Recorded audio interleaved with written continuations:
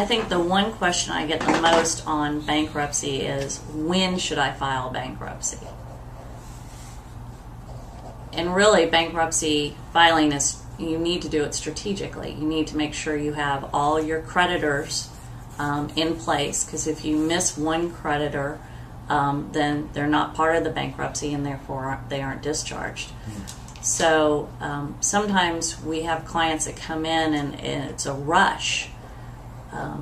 You know, that's okay. If it's a couple days before a foreclosure sale, we can still file bankruptcy and then amend it. But the key is to have all the creditors in the bankruptcy.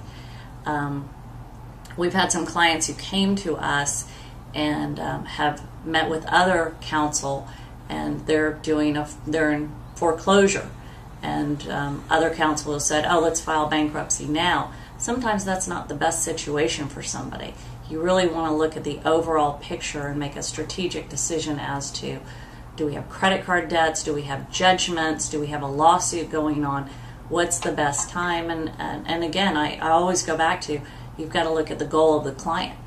If it's a foreclosure and they need several months to find a new place to live, then filing bankruptcy that day is not, necessarily the best situation for them. So we really sit down and spend time with a bankruptcy client and understand their entire situation.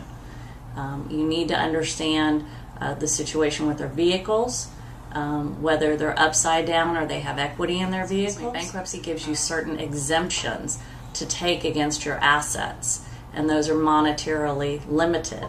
So if you have a vehicle that you have free and clear and it's worth $10,000 and you're only allowed to use a $1,000 exemption, then you're going to have to pay $9,000 to get it back from the trustee.